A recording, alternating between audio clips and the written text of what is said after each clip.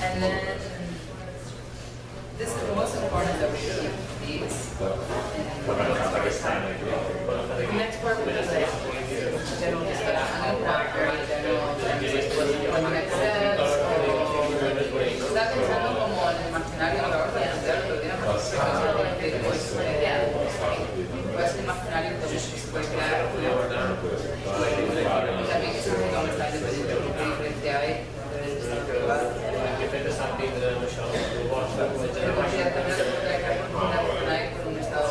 Una vez ya se ha terminado esto, como algo en ese momento se vuelve a abrir el diálogo y también lo que se va a salvar. Oh, and the last thing, so the third part, yeah. So I'm going to put actually 30 seconds to try. I don't get it.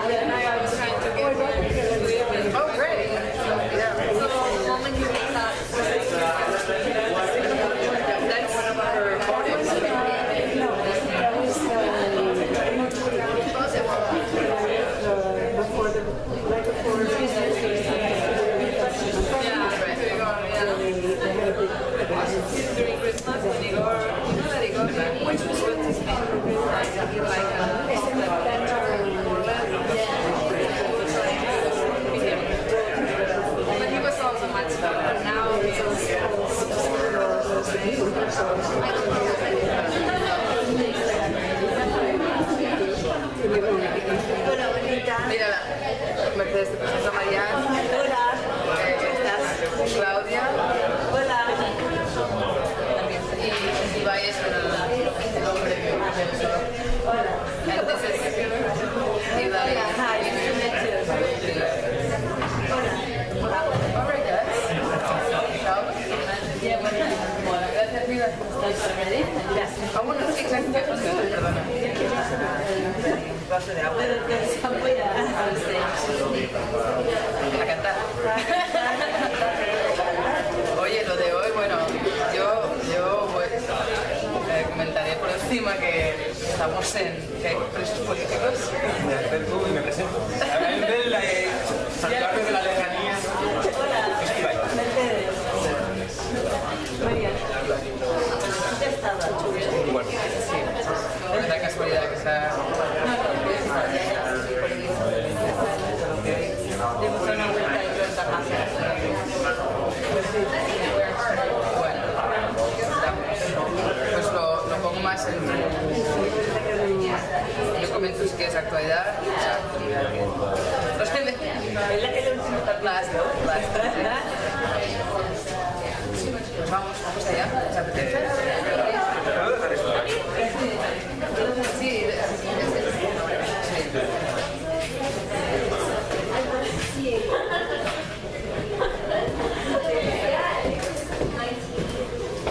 Yo sí,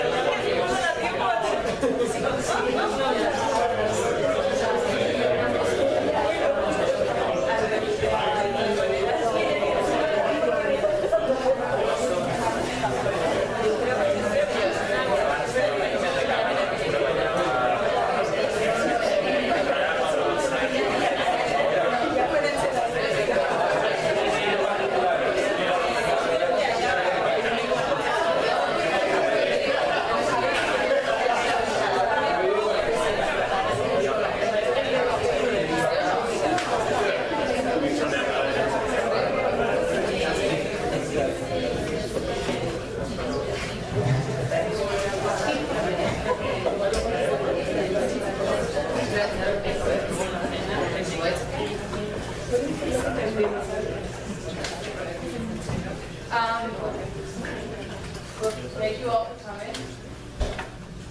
Could I just get to understand which crowd, how many people are from Spain or Catalonia? Can you raise your hand? Perfect. And how many people are from the US? Great, so we have a new crowd. Awesome. Well, thank you all for coming. Oh, well, I'm sorry, from other places, yeah.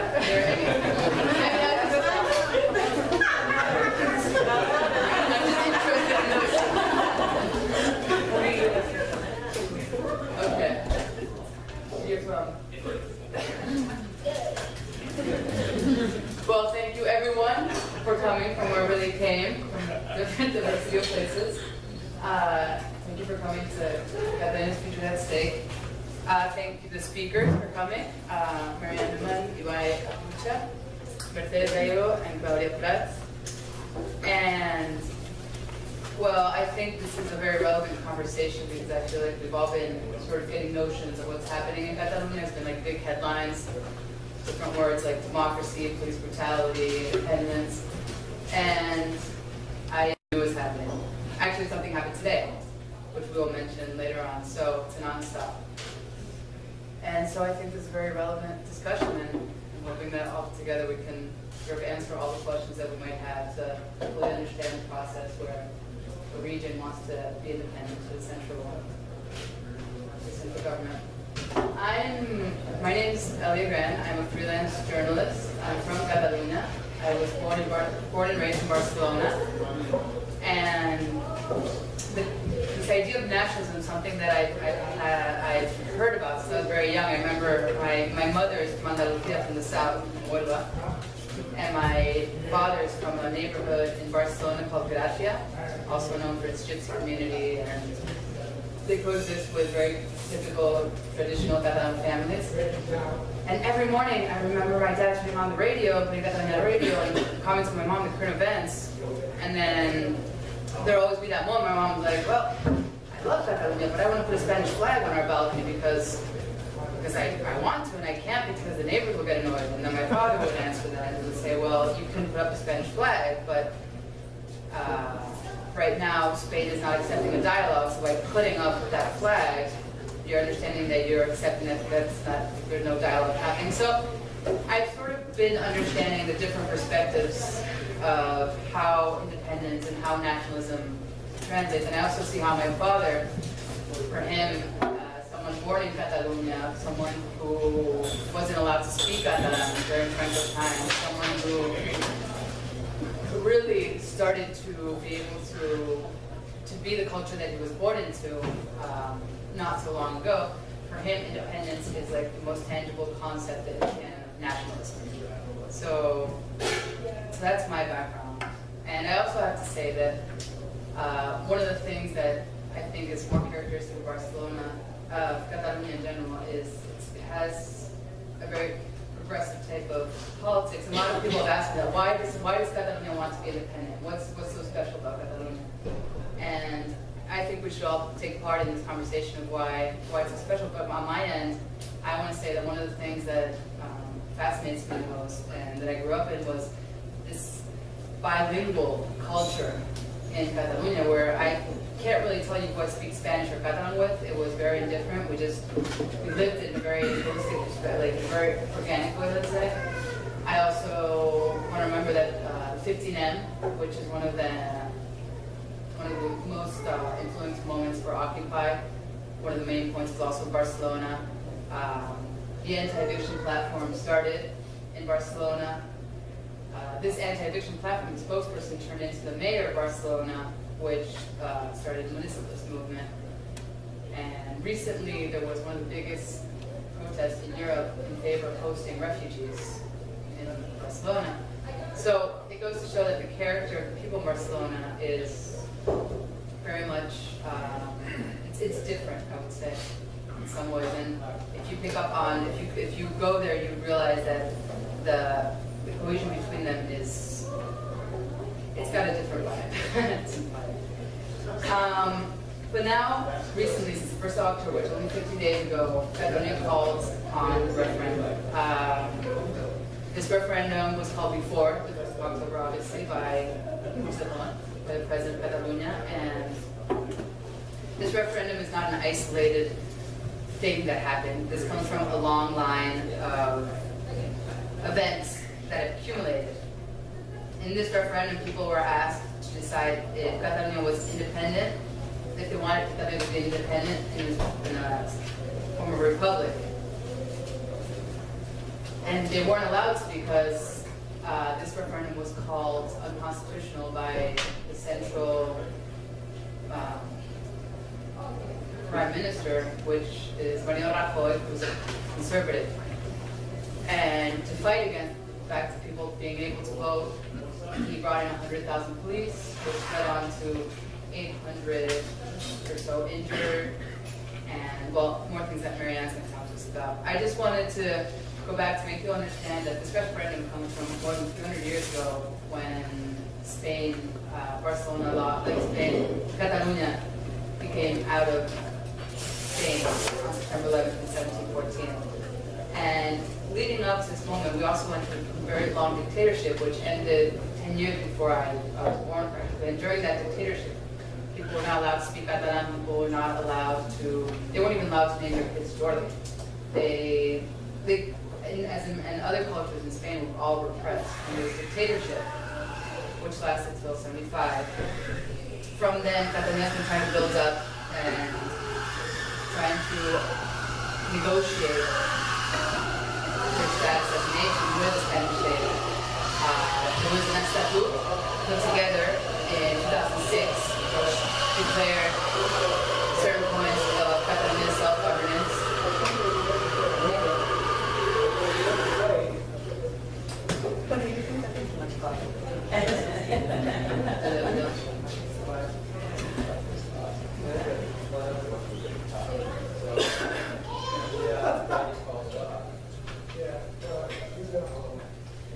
Well, everyone can hear me fine, right? So, in 2006, the statute helped start up and help unify a little bit of the intentions of this independent state. Unfortunately, Mariano Rajoy's government pulled in 2011, and they were not aligned with the concept of Catalonia being its own nation. So this has been building up for many years, and now it's come to a point where we're seeing that beyond the actual referendum, there's a talk about the right of people to vote. And it's not so much, and there's different discourses being open of independence or not independence, but also the right that people have to be self-determined. Marianne was actually present during the referendum. No. Yeah. Is that too much? I don't know. Is this whoa? It's very loud. Can we turn it down? A little bit. Sorry, guys. So Marianne Newman, she was present during the referendum, as I mentioned previously. And she's also the director of the Farragut Fund for Catalan Culture in the U.S. and a board member of the Catalan Institute of America. And I welcome you to explain a little bit of what you saw and what you witnessed.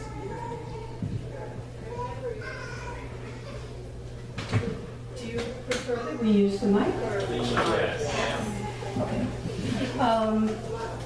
Thank you, Elliot, first of all, for inviting me and all of us. And I think today is a particularly maybe therapeutic day for us to be talking. But when I was thinking about this, and thank you also for talking about your history, because when I was thinking about what I would say, I realized that I've been observing Catalan culture in situ for 30 years. In 1976, I went to Madrid to do a master's because I thought it would be really cool because Franco had died. But he hadn't. And in 77, I went to Barcelona. I knew I wanted to go to Barcelona, and I didn't want to be a student or a tourist, so I found a job. And I was there for the 1977 Estatuto de Autonomía, the big demonstration in favor of the Statute of Autonomy of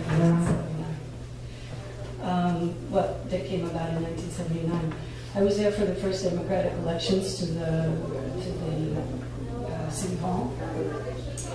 And then it just happened that I was there. I was there because it was part of my history. I wanted to be in Barcelona. The next time I was there for an event was in 1981. I had a Fulbright, I was doing my doctoral research, and that was the year of the 23F, of the attempted coup d'etat by Tejero. And it was very interesting because we have a marker with the autonomy, and then with the Statute of Autonomy in 79, and then in 81, autonomy is kind of frozen, and people go back to defending the Spanish state. That actually happened to me because the cultural attaché at the American Embassy had asked me to help him set up. He wanted to defend the state of autonomies, and he asked me to help him set up university exchange programs, which I was thrilled to do. And then when 23F happened, I called him a month later, and he said, "Oh no, Marianne, we can't defend the statute of the state of autonomies. We have to defend Spanish democracy." And so even on that very, very micro level, everything took a step back. And then I was there in 2003. I worked on Pascual Maragall's, both of his presidential campaigns. And in 2003, he became president of the three-party, led by people. And in 2006, and one of the most important elements of his platform was to create a statute of autonomy. Maragall was very concerned with applying the principles of subsidiarity of the European region. And he believed that the world, in fact, would be a world of cities and regions, and that would be a better way for things to be organized. And so that was a very exciting time. And of course, in 2010, the Tribunal Constitucional, the Supreme Court, cut back the Statute of Autonomy. So anyway, I've experienced a lot of events in Catalonia, and when the time came for the referendum, I just felt I had to be there. And the Generalitat was inviting people to be international visitors, so I signed up to be an international visitor, which is a different category from observer. The people who were observers were actually people involved in the world of peace and international organizations and all of that. But the visitors were basically volunteers who felt the commitment to the process. When I got on Saturday, the Minister of Foreign Affairs, who can't be called the Minister of Foreign Affairs because Madrid doesn't consider that the Catalan government can have a Minister of Foreign Affairs, so he has a very long title that I never remember. Raul Romero. He met with all of us, and he gave us instructions about an invitation to talk with everyone we could and to report on what we heard. And then we basically went out into the street. There was another American observer who came from Bryn Mawr. She's a friend of mine, and so we got together with a group of other international visitors and created a chat group so that we could be sharing information. And we went right out and started walking around. The first thing we saw on Plaza San Jaume, which is you all know what Plaza San Jaume is. But it's the central square where the two governments, the city government and the Catalan government are located. There was a demonstration of anti-independence people, unionists. So we went to talk with them. There was a very reasonable woman about my age, and she was telling us, "Oh, this can't be, this is illegal." I always try to get people to explain beyond the fact that it's illegal, what their reasons are for wanting to stay in Spain. And it always goes back to it's being illegal. I have not come across a friend even who's been able to explain it to me. But at that point, there were some younger guys there shouting and making noise, and she said, "Oh, they were ultras." And she said, "No, don't pay attention to them. We're the ones who are focused on the story." Anyway, so that was our first encounter with non-independent people, with non-unionist people. The following day, at 5 o'clock in the morning, that afternoon I walked around and watched and went to a couple of schools. The school I went to in Gracia was not accepting outsiders. They were going to have only parents at the school that afternoon. But in about 5 o'clock in the evening, people started moving in with their sleeping bags and food and all of this stuff so that they could spend the night. On Sunday morning, Rosie and I both went to the Instituto Pilates, which was a school that in a list of schools was understaffed. There weren't enough people at the school to defend it. What we understood was that the Mossos d'Esquadra, the Catalan police, would not enter a school if there were enough people there to defend it. So they were not going to create a situation of violence. They would take testimony, they would make a report, and leave you alone. So when the Mossos arrived at about 8 o'clock in the morning, there were about 300 of us there. It was an incredible group because the reason there weren't enough people to defend this school, the Instituto Pilates, is that it is a high school, so there isn't the sort of social cohesion around it with the children. And it's also an immigrant school, so there isn't that great a commitment to independence. So anyway, there we were. There were firefighters from the Basque Country, and there was a group of teachers from Mallorca. And at a certain point, we thought the police were coming, so we were given instructions in civil disobedience. We thought the police were coming, and we all went over to the door to make a solid room. And they didn't show up at that point, so we started singing. People were singing children's songs, Solsolet and things like that. It was an extremely friendly, innocent, and sweet situation. At about 8 o'clock, the woman who was basically organizing it, Marta Torresillas, she left around 7 and she came back in a van with the ballot boxes. And we made a corridor, a human corridor, so that you could get into the store or be protected on the store premises. And they set up the voting station. Everybody in the meantime had left there was nobody in the building. In order for it to be a legal voting station, there can't be any objects there and there can't be any people there. So the building was entirely empty. And people started lining up on the stairs. It was very sweet because they left one half of the staircase open and invited all of the elderly people to go first. And there was an elevator. And they said, no, you can go up in the elevator if you like, and not a single person. Then they went up with the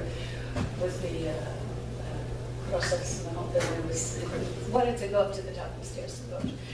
And anyway, Rosie and I went up to the top of the stairs to observe how the voting was happening.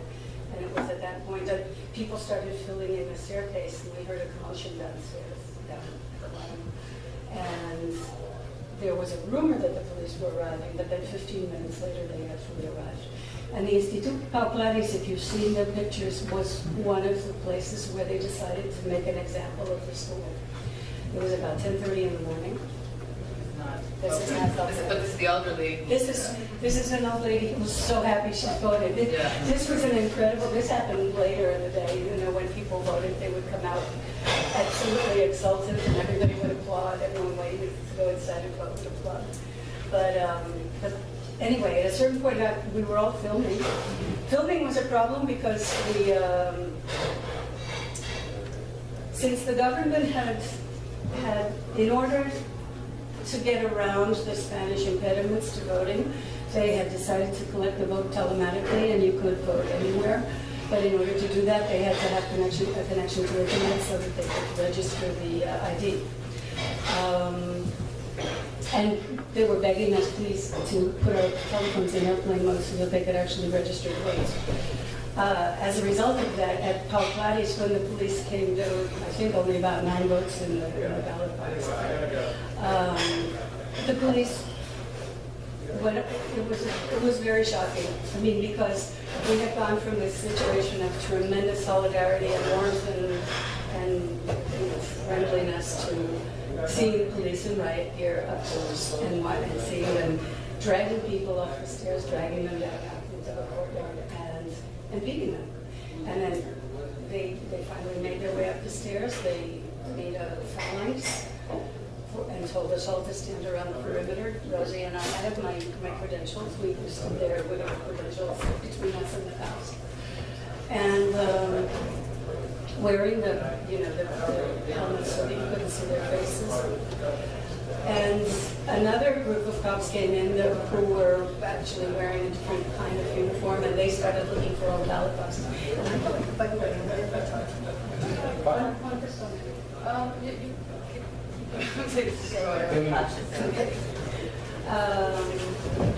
want to put some images of the school that you talked about. Break anything at this school, but they went into the bathrooms and they threw the doors around looking for extra ballot boxes. And eventually they took the ballot boxes away and closed the school. And all of us sort of regrouped. We talked with people who had been dragged, in some cases they were dragging people. They dragged one man by his ear and his nostrils just to hurt him. It was, and the fact is, we have come to the conclusion that this was a precautionary tactic. What they wanted was for our videos to get out there so that they would frighten people into not voting.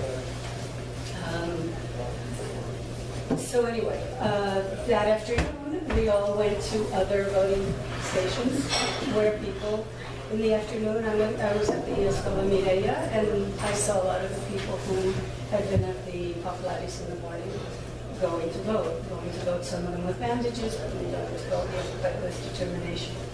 And basically,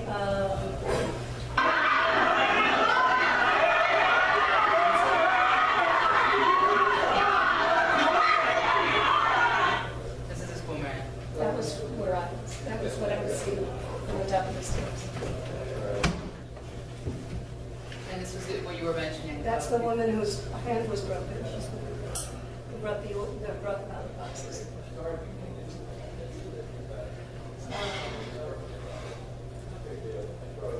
Where is this school? Populares is on Luis Companys. It's by the Arc de Triomphe. It's yeah, So it's a pretty centric school. Okay. Yes, it's 10 minutes walking from VLA. You can even get to the hospital. So anyway, this is my personal testimony, and that's what's kind of not a. In the afternoon, we stayed at the other school, observed the voting. There was absolutely no irregularity in the school that we were at. I was at Escola Mireia, and Rosie was at Escola Cervantes, both of them in the old part of town. And they begged us, we went off for just for a little bit of a rest, and they asked us, everybody who was voting, everybody who was there, please to come back at 6 o'clock, because we wanted to protect the end of the voting and protect the ballot boxes, and so we were there from 6 to about 9:15. At 8 o'clock, they did a countdown as we were reaching up to 8. Has everybody voted? Everyone who wants to has voted. At 8 o'clock, they closed, and there was tremendous excitement. And at 9, they came out and gave the tally of the votes and brought out the ballot boxes. So it was a very emotional end to a very emotional day. The following day, well, we can go into that. That was the actual day of the referendum. And every day that week there was something important happening. I'm sure everybody else will have something to say about that. Thank you, Marianne.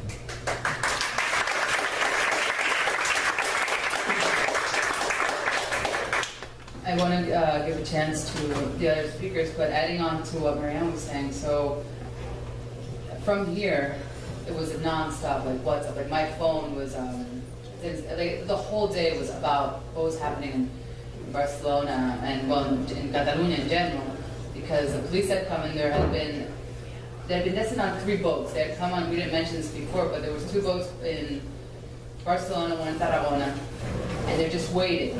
They're just waiting for the 1st of October. And the Catalan population is also waiting for this moment to come. So all the moment escalating till the actual referendum was also very emotional, I think. And I wasn't even present, but I can imagine the level. And the actual voting, what Marianne was saying, how people elderly were to pass first, and people who with children. There was a lot of solidarity among us. And it was also very called to pacifism, to make sure that everyone is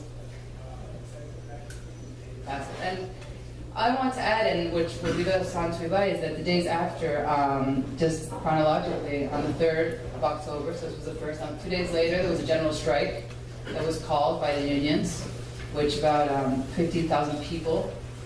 They called it a work stoppage. They called it a natural, because it wasn't only about workers. Gotcha. So a stoppage. Yeah. Stoppage. The next day, the king came out. Felipe IV. Sixto. Sorry, I'm not a big monarchy fan. Me neither. Felipe VI. He declared. He gave a public announcement on TV, and where he sort of portrayed Catalan's actions as obviously unconstitutional, illegal, and anti-Spanish. On the 7th, 24 hours later, Puigdemont, the president of Catalonia, came out to also give a speech about what had happened. This is just one day after the other. Like, this is, I found it unbelievable, the amount of things that happened in such short time. There was, on the 7th, there was a protest where people were asked to wear white, and it was a call to a dialogue. President, for example, Mayor of Barcelona, Ada Colau participated, or the people from Podemos, which is one of the left-wing parties that is in Spain.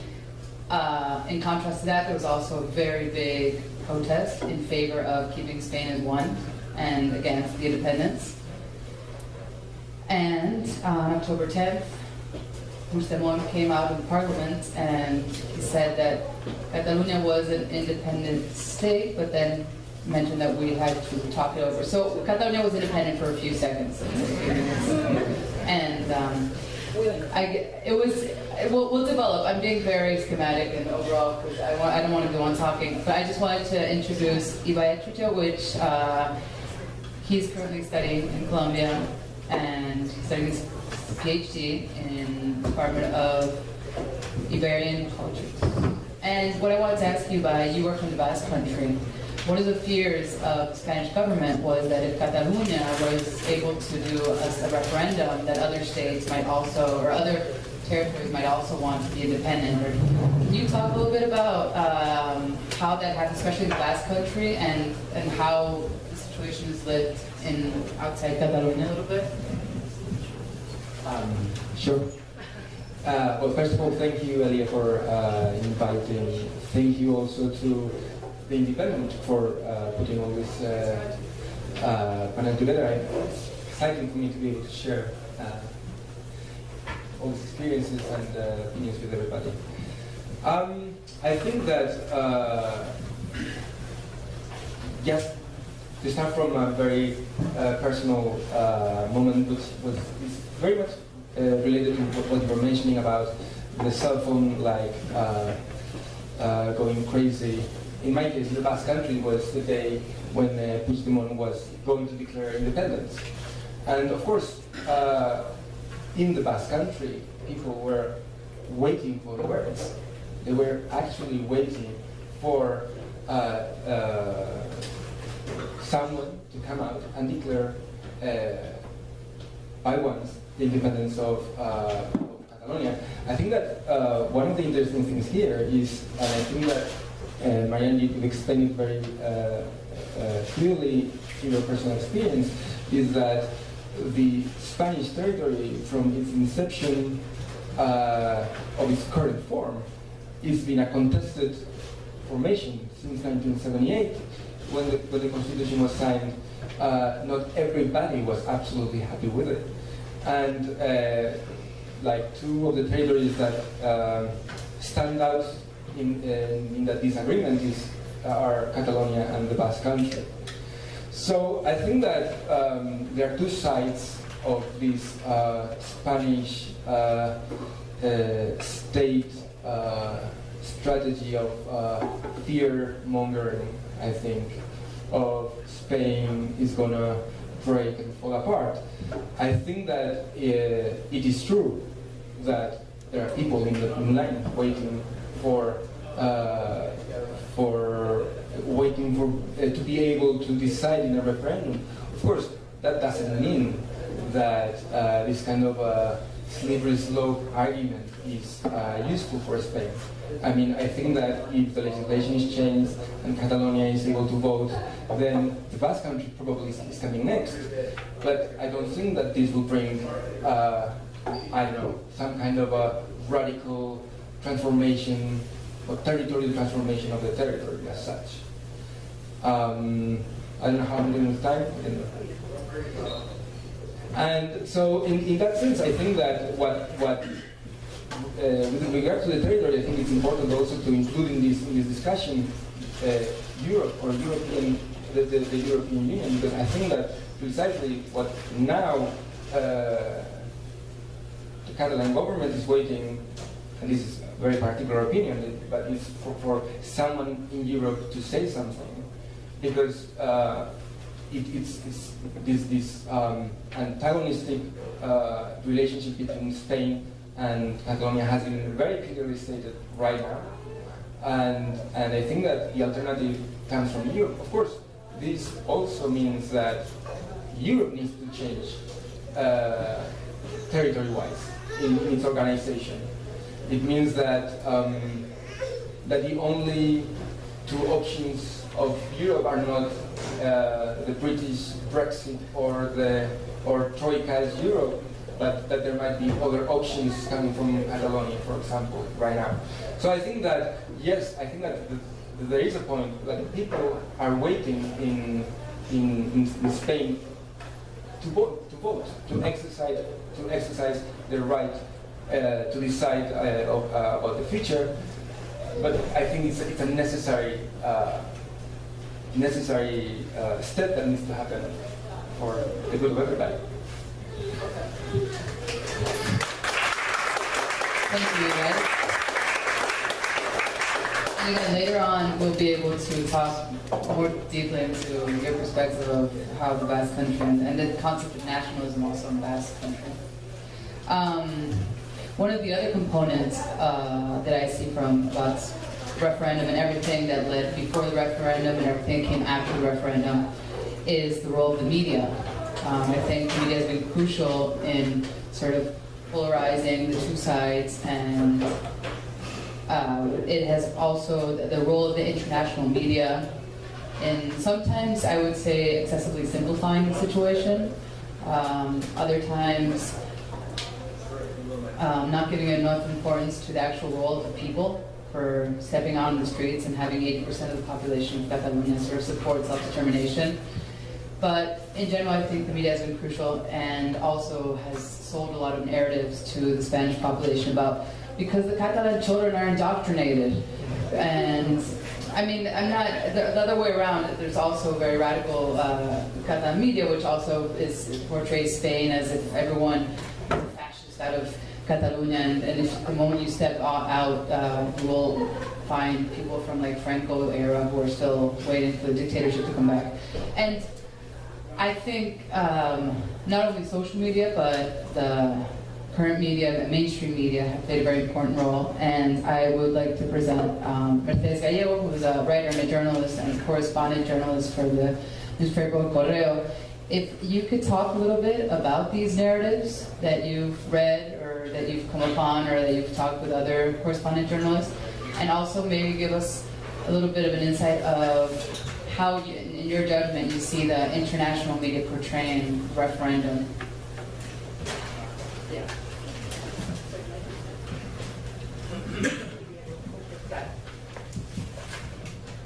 Freedom.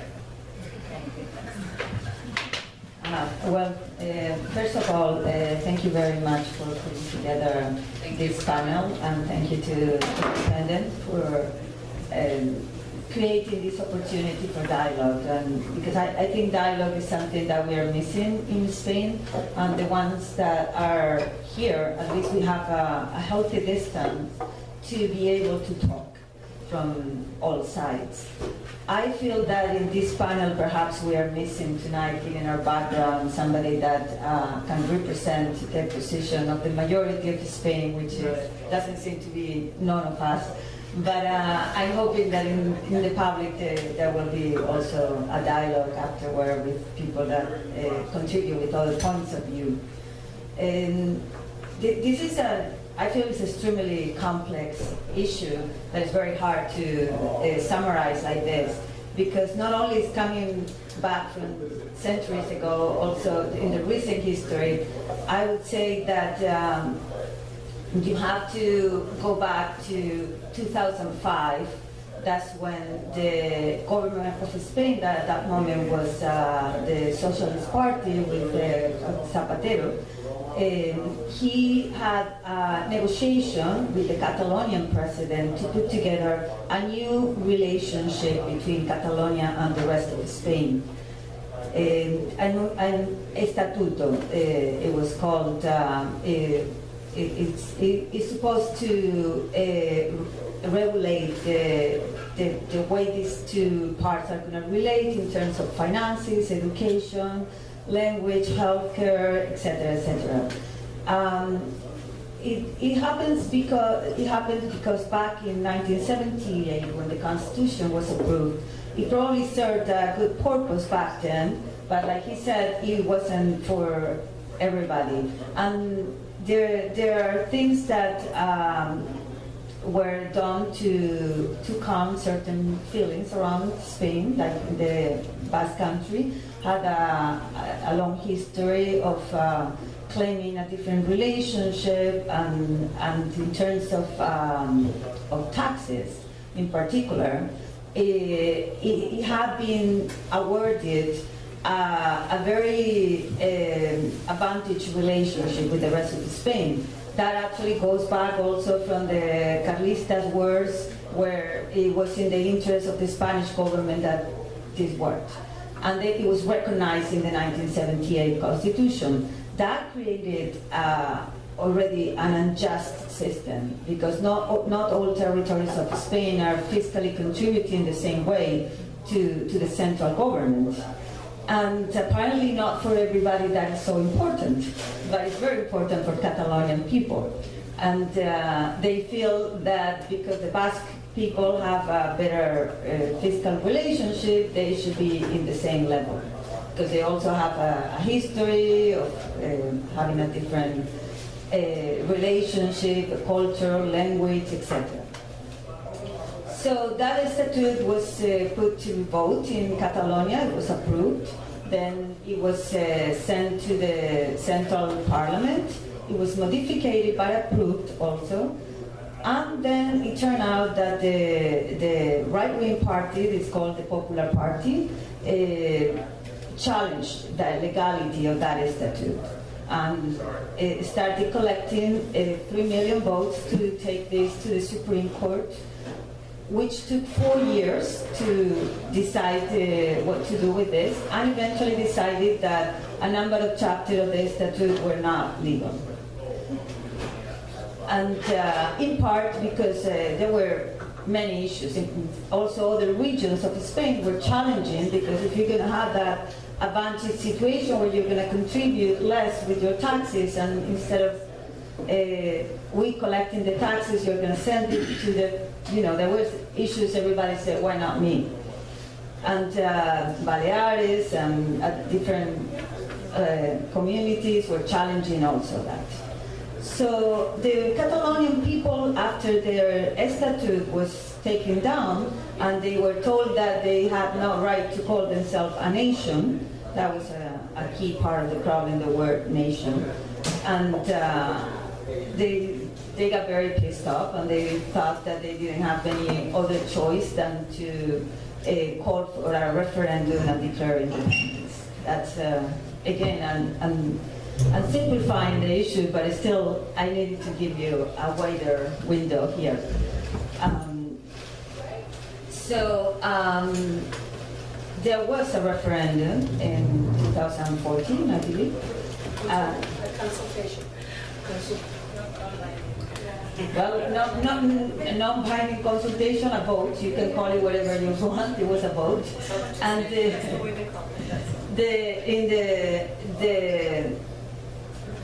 the result was a little bit under 50%, I believe, of participation, and I was a bit short of winning. 90%. Yeah. 80% yes.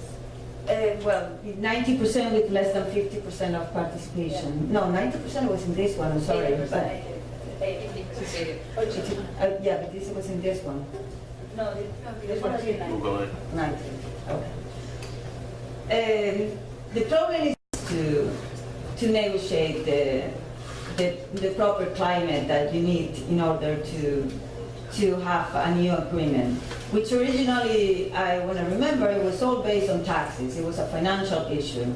There is the idea that Catalonia contributes more than it takes back from the central government, which I will have a lot to say about that. Number one, I think the figures that have been around are at the very least very different. Everybody seems to have a different figure. The official ones don't support the big gap that the independentist people put together. There is a gap, that certainly. Justice happens to be officially smaller than they think it is. But I will also say that I would refer back to that famous video from Elizabeth Warren, where she says, if you are rich, you didn't become rich on your own. You know, in a solidarious society, if you become rich, it's because the rest of us have contributed with a number of things, right?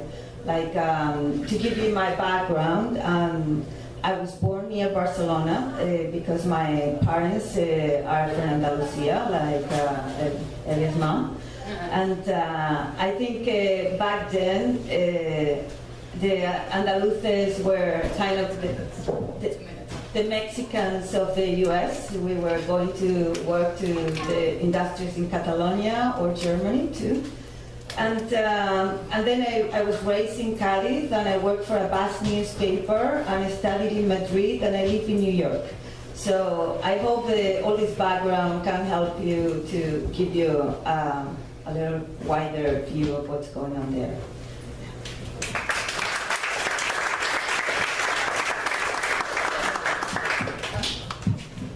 Thank you, Mercedes. And our last panel, Claudia Blatt. She is also a Catalan journalist, works as Innovation and 360. And I guess sort of my general question would be, can you talk a little bit about the Catalan culture as you've lived it since you were born, and why it's sort of different? And if you could sort of navigate us a little bit in anything to do with social movements, because I know that the social movements has a big role in Catalan's history, as we've had an opposition to the central government more than once.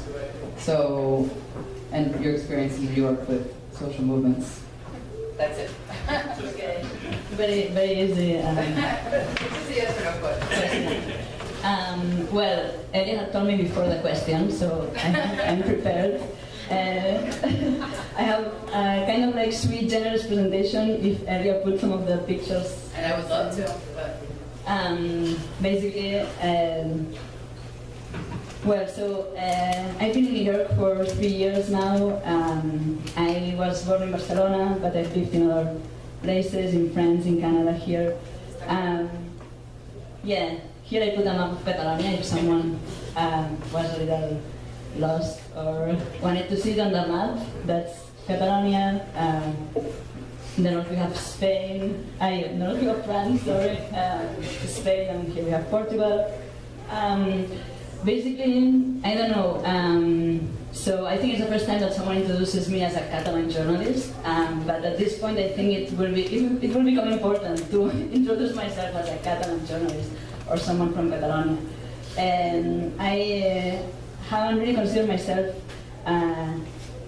nationalist per se since maybe 2 weeks ago, when all of this happened, and I realized what's my identity and what it means to be Catalan, and what it meant, all these messages in my phone and all my friends and family, everyone really affected in many different ways. It doesn't mean that everyone wants independence, it doesn't mean like there are many, but there is something that ties us, and it's like this belonging to an identity and to a language and to an heritage. So anyway, so I have prepared a strange presentation, basically. So I'm from Barcelona, and Barcelona is also like a melting pot where a lot of Europeans and like a lot of people from Spain come. It's really bilingual. People speak Catalan and Spanish and shift the language quickly, which some people, some more like Spaniards, would kind of get angry, like, why are you like changing? You're using one word of each language in each paragraph, no? Like, but like there is like this mixed bilingualism everywhere. And in Barcelona, I participated for many years intermittently in a independent media, in a grassroots television. At that point, it was called La Tele.cat.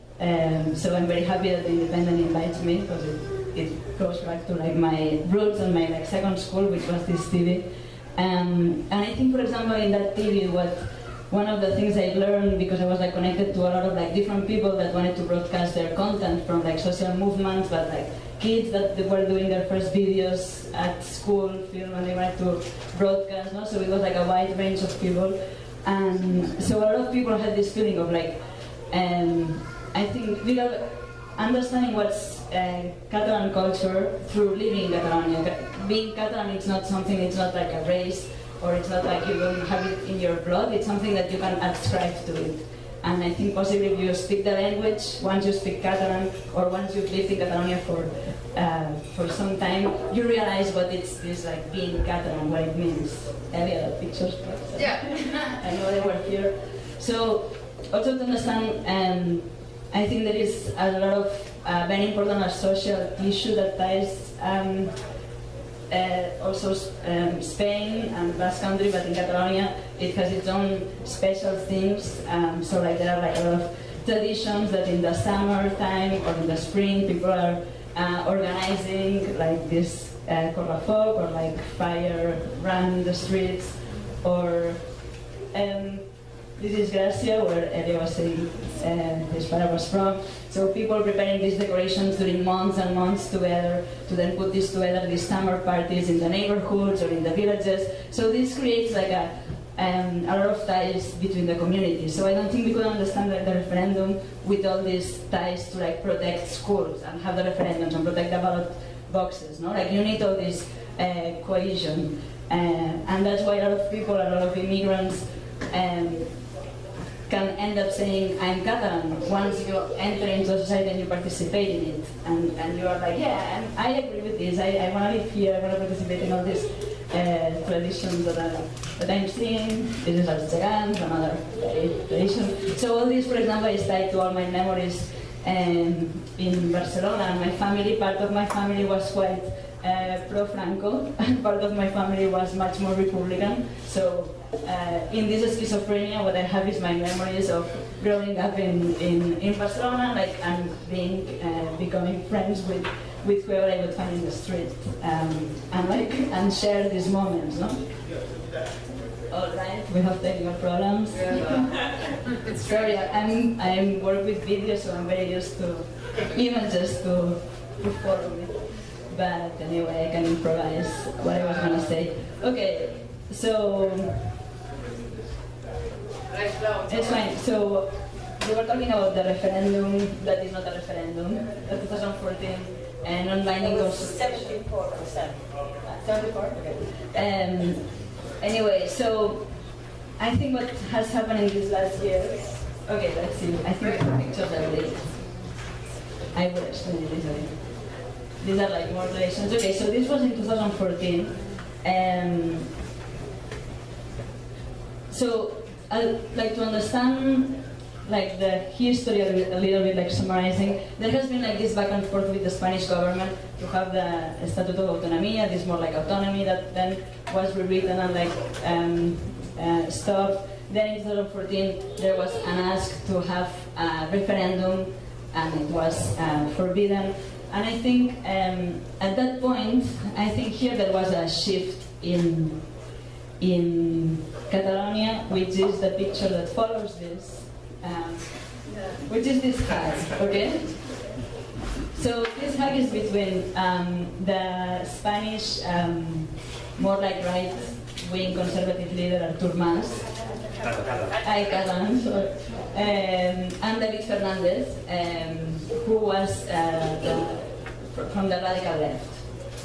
That it was like a percent that they were in government. And I think that hug, that at the time, like for more like radical leftists or like social movements was widely criticized, no? Because like suddenly you have like this hug between right and left, so on, you know. But I think it summarizes this need and this reivindication of this identity, no? Of like beyond right and left, we have a huge, much more bigger problem here that we need to like be together and fight for. So I think this summarizes a lot of things, and this summarizes what has happened in the next years. I would like to point something out, if you don't mind. When the Conservative Party came to government in Spain in 2011, the independentist parties had 11 seats at the Catalonian parliament, and now they have 72. So I just think that this gives you an idea of how much all the sides, political sides, are benefiting from the escalation of violence, really, because there's no dialogue right now. It's just an escalating dialogue of violence, in any case. There we go. So what do you, well, should I continue? Should we start like, well, I finished this? Okay. Well, sure. Anyway, so there was this hug. For example, if you know also a little bit about the history of Catalonia, there has been a huge anarchist movement which is still present in the social movements there. And for example, I think that's quite funny. This Butarem, it says we are going to vote, and it also has the anarchist sign. Which explains like this kind of schizophrenia, like this rebellion against like the Spanish government, also like seen as like the imperialistic Spanish government, that even the anarchists will want to vote in the referendum, you know, in this sense. We have these problems. What else I wanted to say? Oh, what's the next picture? Tractors, a lot of tractors. Oh, that's tractors. No, I just wanted like to show some positive pictures at the end, because like we've seen like all these images of violence. And there is a picture of tractors. There is very often there is like this critique that this independentist movement. Of course, some people can see it as their taxes and their money, and there is a conservative involved. But let's say, I think it's the previous picture. Yeah, so these, for example, were like tractors that came from the interior parts of Catalonia to protect, to try to like block the police that were waiting in these boats to get out on Sunday for the referendum. So, well, all these are like pictures basically of like all this like social issue. This is a clear picture of civil disobedience, no? People playing domino, while the police is looking for ballot boxes. And I think all of this cannot be understood without knowing that we have had a long dictatorship. People have had to be like really creative in the ways of resistance, and it just shows here, no? And the sad part is that I think all of us, we are realizing that this is not finished in a way, no? Like there was the civil war, there was a dictatorship, and then this constitution that was signed on this, some people were calling it a very modelic transition to democracy, but nobody has been really in jail, and there have not been like any kind of like process, which I think now it's just like all coming back in a very speedwise way. I think it's fine. The images, yeah, and I think it decides that we can. so that was my opinion.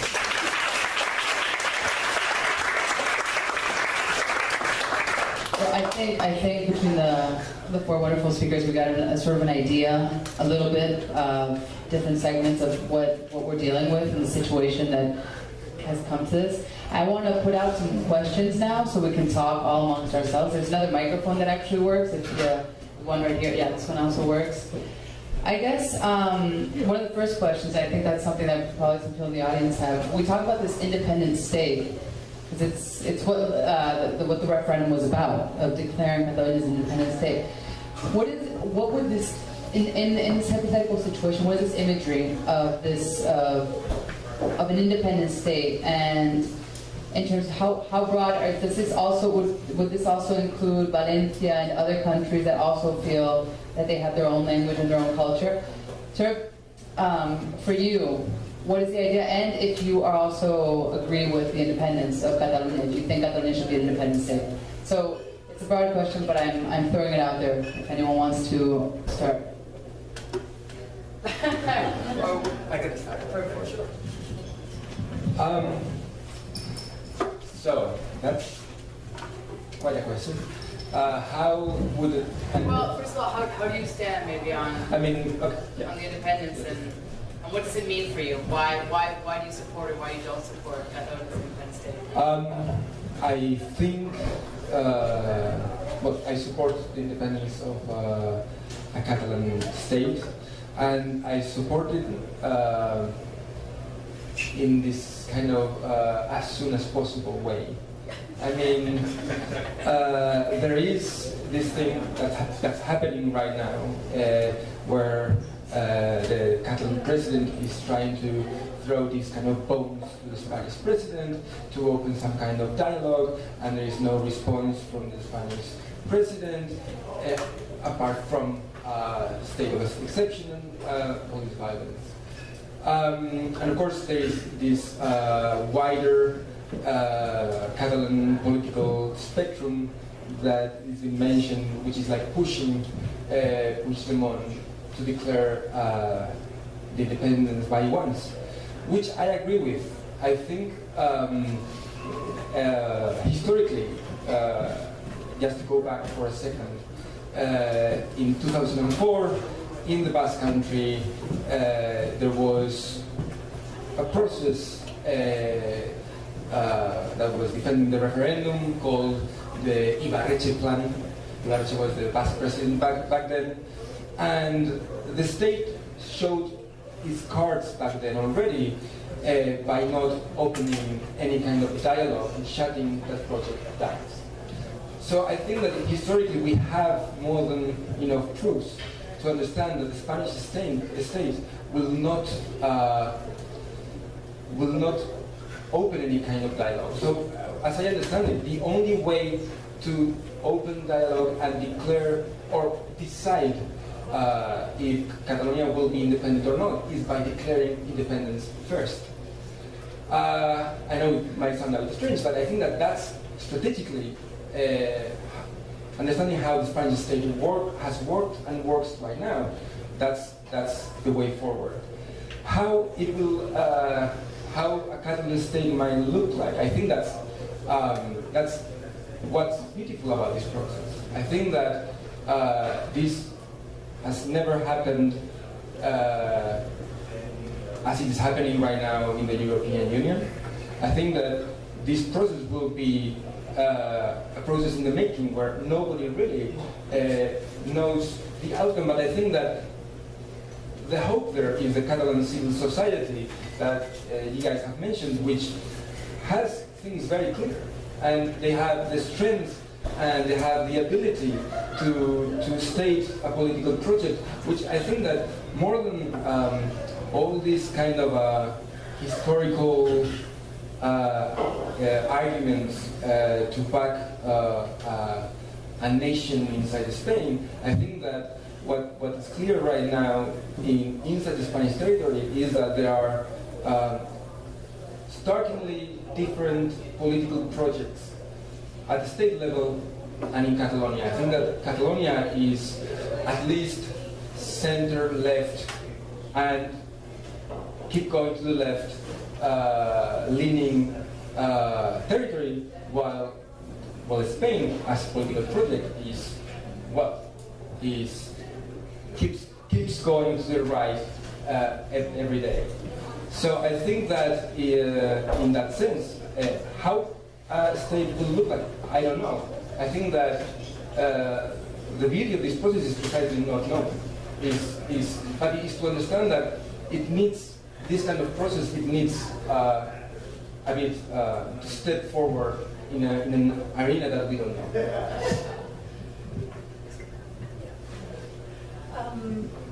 I would like to go back to the actual events of the days. There was a slogan that was "Els carrers seran sempre nostres," which is actually said to the rhythm of what in the United States is, "This is what democracy looks like." But the images that Claudia showed us, I think are, there was an event at Montjuic. It was a political rally, but it was actually a social rally that went across. What was really impressive is perhaps what Mercedes was referring to the transversality, which is not a word in English, but the fact that all of the parties except the Popular Party and Ciutadans were there. All of the farmers were there. The stevedores were there. The stevedores during, when the ships were rented for the civil guards and the police to be housed in, they refused to serve them. I mean, just spontaneously, and they were not necessarily independentists either, but they were horrified at the fact that these people were being housed. That there was, without there being a political passage that would allow for the Spanish police to occupy, they were simply occupying Catalonia. The stevedores were there, the farmers, the printers, the firemen. It was, and it's not. People like a lot of people who criticize this like to say, "Oh, this is just the Convergencia. There was such a right party trying to cover up its corruption and this and that," and it's not. I mean, it really is an extremely broad coalition. And I think one of the important things is that neither Spain nor Europe recognizes this. In fact, I would agree with Ibai that if Catalonia doesn't declare independence, it will wither on the vine. I think that the kind of things that you can get back from Spain by putting it off are just going to be delaying tactics. But Spain may be a beneficiary of the Catalan independence because, in fact, in the same way that Catalonia has to invent a government, Spain has to reinvent its government. And in fact, Europe is also responsible because Europe should be really looking at what it means. If Europe, one of the reasons that Europe does not want to see independence in Catalonia is that they say, well, all of these other states, everybody has a problem, everybody has a region that wants to be independent. Well, if that's the case, then Europe has to begin to face the fact that this is, I think Catalonia in a funny way is the vanguard of something that's happening all over the world. And certainly in the United States we see it as well, because there are parts of the country who feel that they're being held hostage to be able to college and to the gerrymandering and to other ways that things are happening here.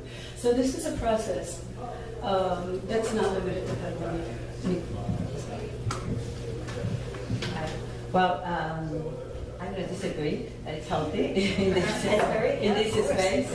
I'm going to disagree with Ibai in the sense that you said that clearly Spain is drifting toward the right and Catalonia clearly drifting toward the left. I do not think things are that clear. I see Puigdemont's party in Catalonia has negotiated with the Popular Party to approve very conservative measures like to keep subsidies to schools that segregate girls and boys and other issues like that. So I'm not that clear that being independent means being progressive. At the same time, I'm very resentful to the movement for awakening the fascist people in the rest of Spain.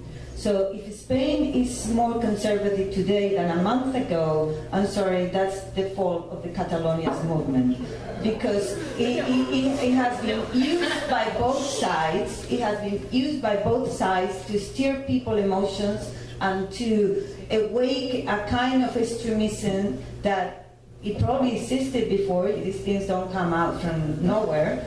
Like, after Donald Trump elections, these people were here before. But I'm happy that before that, they didn't feel empowered enough to come out and talk out loud and do things like Charlottesville. And the same thing is happening in the rest of Spain. The Popular Party, I think, is actually playing its cards in Catalonia because they're the least voted party in Catalonia. They have nothing to lose there. But they're picking up votes in the rest of Spain because now the rest of Spain feels like they have to defend their integrity. And these are very powerful statements for fascist people that come out with their flags and with their fascist ideology.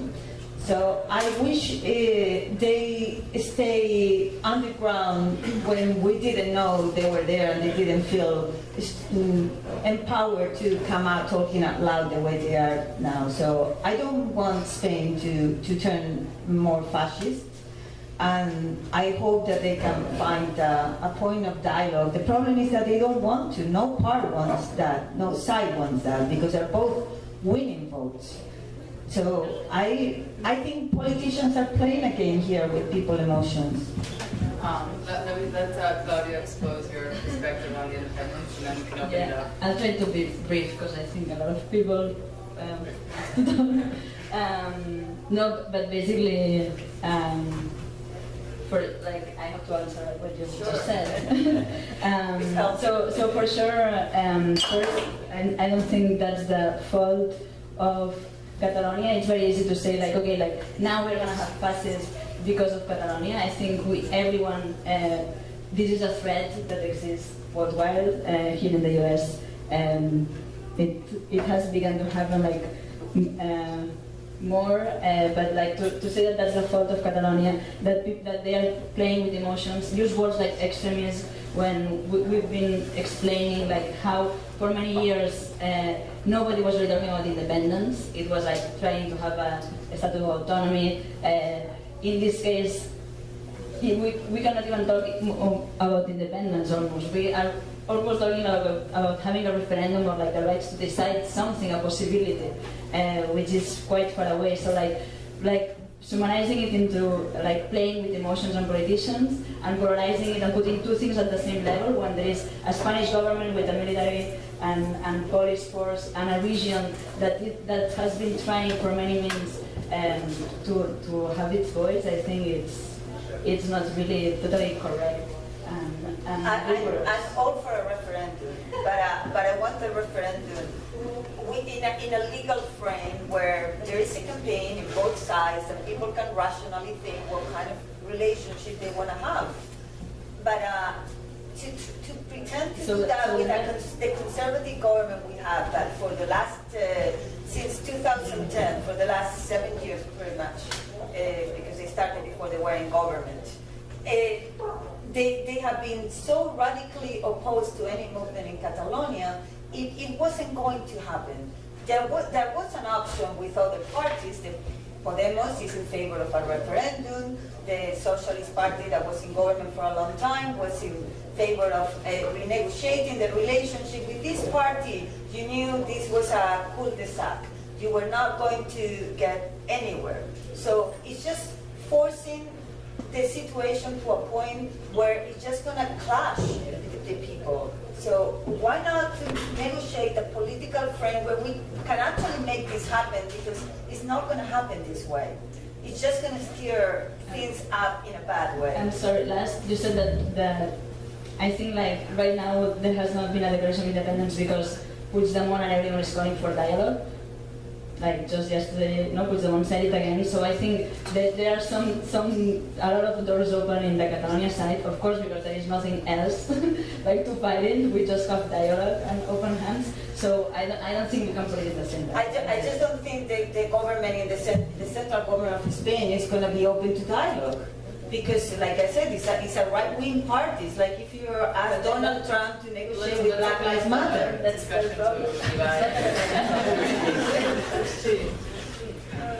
I just wanted to mention the total news blackout in Spain and the fact that, I mean, people of course have internet and they can see what is being written outside, but if they are in a media bubble, it's very easy not even to know. I mean, so what kind of a political process could there be that would bring the possibility of a dialogue with Spain even into the realm of reality? You're asking me right now? I don't see any option. That's why. But there is elections every 4 years. So if you have a different idea, we can all work to get a different party that support a referendum. Like there are parties in Spain that support a referendum. Yeah, I think that this is an interesting argument that keeps coming out in the Spanish discussions. And I think it's interesting because it does come up in all the spectrum of the Spanish political party, in all of its spectrum, which is this call for Catalonia to wait for the next elections, wait until we have a left majority in Spain to change things. But the truth is that people have been waiting for a long time. And it is true that, yes, I mean, now it seems that there are new parties in Spain that are more open to more democratic ideas. However, they do not add up to change things right now. And the last movement of PSOE, which is the second big party in Spain, the Socialist Party, is to align with the PP, the right-wing party. So the calls to wait for any Catalan process not to become independent, but to be able to decide, I think is tricky, because to wait how much longer? And I think that that's one of the tricky things. People have been getting out to the street, as with Yassin, like in big crowds. They decided, and of course the only way, there is no legal frame that allows for that to happen. And of course we saw it when the police came out. And there is no intention for that legal frame to change. That's why I was saying before that the only way for that legal frame to change is to declare the independence. Because once you declare the independence, then the conversation can start. Before then, it's clear already that the parties that are in power are not happy to dialogue, and that there is not a left option, a leftist, open-minded option in Spain that add up numbers for a dialogue to open. And even Podemos hasn't been clear.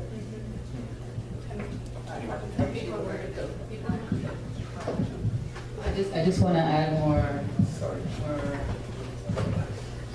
to the discussion. I was going to ask, to most of the people that, do you think this fact of not being able to vote, do you think it radicalized some of the people's option of who are maybe deciding to either vote white or nulo, or to vote no? Do you think the fact of not being able to vote made them vote for independence? And also, I want to put out there, because it's sort of in the same terms that we're saying, is there a possibility of having a relationship with the Spanish state, which has been declared from Human Rights Watch and International Amnesty that they have they've broken human rights, let's say. Is there a possibility of dialogue now that things are escalating at this point? So basically that's my two questions. First, your personal experience, if you've seen people become more and more into independence, the more repression there is, the more people are deciding on this is the only option we have. And second of all, is there an option? Is there a real option to talk with a country that's been declared as a violator of human rights? I'll throw it out there. I know of cases of people who weren't planning to vote who went and voted in the afternoon. I mean, I know a lot of people who weren't in favor of independence ones who have become in favor of independence. I don't know if that's, statistically significant, but it certainly is a trend. And certainly when the king, the fact is when the king came out and rather than sort of being monarchically above the fray, decided that he was going to only to reinforce the message of this center-right party, which it must be said is also governing as a minority, even more of a minority than the people who are voting for independence or than the parties in Catalonia. So that was something that also changed things, because you think, well, not even within the government, there's no, it's not separation of powers is not an issue, but the legislature and the monarchy are all doing the bidding of the right-wing minority party. It's just very hard to see how that's going to change. And unfortunately, Rajoy is shoring up his base, and I agree with you, their parallels with Trump are terrifying. Shoring up his base so that he will continue to have the 30% he needs to continue to govern. And perhaps it will be more, because you're right, there is a radicalization going on, or the empowering of the right wing. I don't think that's the Catalans' fault. But the problem, it's the Catalonian it's the way the Spanish government has been manipulating the Catalan situation. And I definitely, I'm sorry. I definitely agree that repression always gonna radicalize people, and it's never an answer. When talking about Donald Trump, Rajoy was recently in the White House, and my newspaper sent me to cover the story. They were all expecting a big statement of support to the government of Spain from Donald Trump, which to me was very ironic, because every day we treat that guy as a clown in the newspaper, and the day that the president of Spain is there and receives his support for the Catalonian debate, then we treat him as a statesman. And I was like, really? So do you understand what he said? He said that Catalonia should not leave Spain because Spain is, this is quote, very beautiful and very historic. Very deep arguments. And they treat them with all the honor of big headlines, like if that was going to save Spain from the problem. So I'm shocked to see how so many people in Spain now think that using a hard line and being tough with the independentist politician is going to solve the problem. Because I don't think that has ever been a solution unless you are not a democratic state and you're willing to kill half of the population. Then you might be able to get them quiet for a while. But otherwise, I don't understand what is the thought behind. Every time I hear, like, just put him in jail.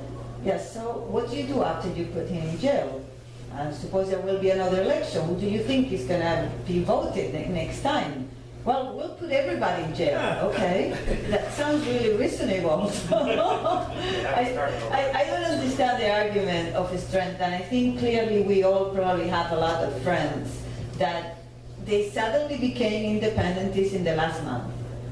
And it's I can understand if you see your people being beat up and repressed and you're not allowed to express, and they start treating you like this, you don't want to be part of that. I think there's other people that want to talk. Yeah, I just wanted to close it down, so if you guys wanted to say something more. I don't know, I think for sure some people have become aware of like how almost fascist is the Partido Popular, the most like how it comes from this line, and how it's using the most fascist supporters to hang around in the streets and like not stop that because it's beneficial for them.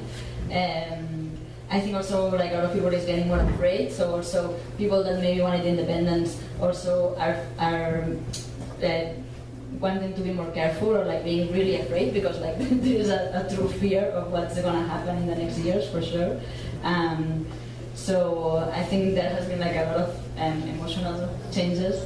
I would add though, for sure it's very difficult to negotiate in this situation. I think Catalonia is quite open and has proven quite open to wanting to negotiate. I think my hope or my ask, and even if there are Spaniards here in the audience, I think that what we need is also that people that don't live in Catalonia and that live in Spain, the Spanish state, realize its own nationalism and how when I have entered into arguments with people that we used to be politically in like agreeing a lot of things, and suddenly they come with these quotes of like the referendum is illegal, you cannot do it.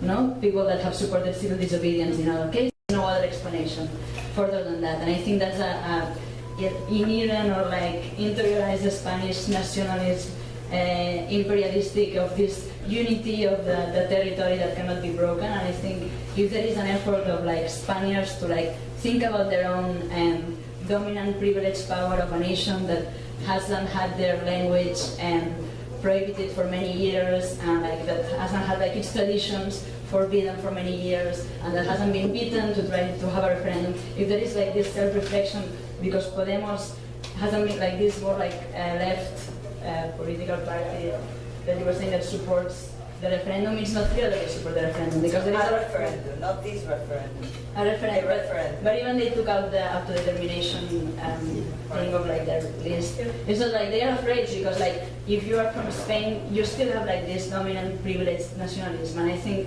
what we can ask to our friends, and I think one of the work that we can do more in the grassroots and in the horizontal level, is to make them aware of like this way of seeing the Basques or the Catalan or even like Andalusia, Galicia, like other, and like go back to like this smaller nationalism that can shift probably change.